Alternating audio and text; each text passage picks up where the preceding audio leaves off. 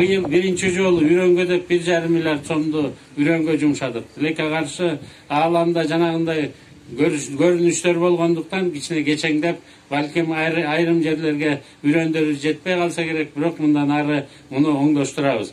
1,1 миллиард сом ирригацияга бөлдүк. Мына бияка келатып жолдордогу оңдола баштаганын көрө баштадык. Чын-чыны келгенде дүйнөдө абал бир топ эле кыйын. Кризис бизди да кайгып кетпейт. Эгин дагы эгип, биз жолдорубузду дагы оңдошубуз керек. Биз бири-бирибизди колдосок баары болот. Аксылык Төлөгөн Касымбековдун агайыбыздын сынган кылыч келкелинде айтылгандай, элибизге, жерибизге келкелибиз келди деп билели. Аны кармап калайлы, урматтуу туугандар. Аксынын уулу жөнүндө дагы сөз айтып кеттим. Эл жөнүндө да сөздү улансак болот. Кыргыз бул өзү түптүү эл. Илгерки Кокон хандыгынын башкы бийлигинде алайдын Аксынын таасири күчтүү болгон. Аксыдан чыккан Сатыке Батырдын Нүзү Баталыктын кыракылыгына баары баш ийген. Бул касиет Аксы элинин азыркы муунунун генинде дагы сакталып кала берди. Аксы жергиси сөздүн берметин терген керемет жер. Айтыш өнөрүнүн атасы Жеңи Жок менен Ниязалы комузчуга жолугуш үчүн бүтүн кыргыз журтчулугу келип турган. Аксынын элин ушундай данышман эл деп билем. Аксыдан куда күттүк, Аксыдан дос күттүк, Аксыдан чогуу тилектеш депутаттар менен бирге болдук. Азимбек Анаркуловичтай ага күттүк. Мына Нурлан Чакиевдей ини күттүк. Мына тилекке каршы ушул окуяда курман болгон Тагаев Советбеков деген бар эле. Ошонун жаркын элеси өчпөсүн деп иниси Наралыны өзүмө жардамчы кылып алып жүрөм. Урматтуу мекендештер, Аксы өрөнү боюнча чоң пландарыбыз бар. Биринчи кезекте ирригациянын тутумдары боюнча айтып кетейин. Итагар, Бешбатман, 20 партиес, БНК каналдарына, Актерек, Желтибес, Дейрес, 40 кечүү насостук станцияларына Мамай скважина каражаттарды бөлүп баштадык. Өкмөттүн пландарын бул боюнча так бекилди. Жакынкы 5 жылдын ичинде баарын оңдоп чыгабыз.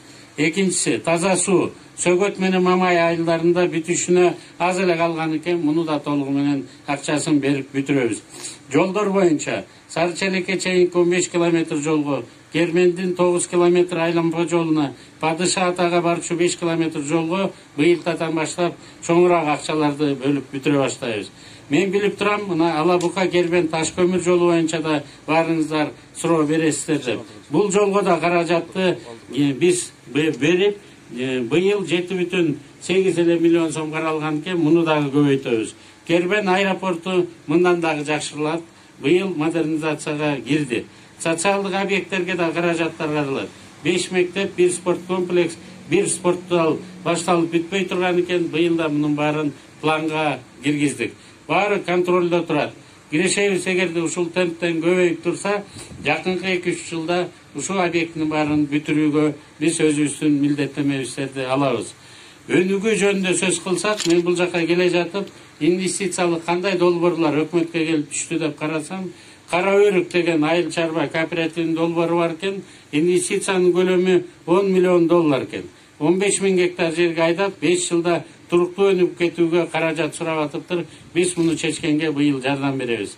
Sunplanet деген таза органикалык кургатылган жемиштер боюнча долбоор экен, жалпы наркынан $720,000 сурап атышыптыр. Стандарттуу коробкаларга салып, экспортко чыгарганга бул ишкенен мүмкүнчүлүгүн да кеңейтип беребиз.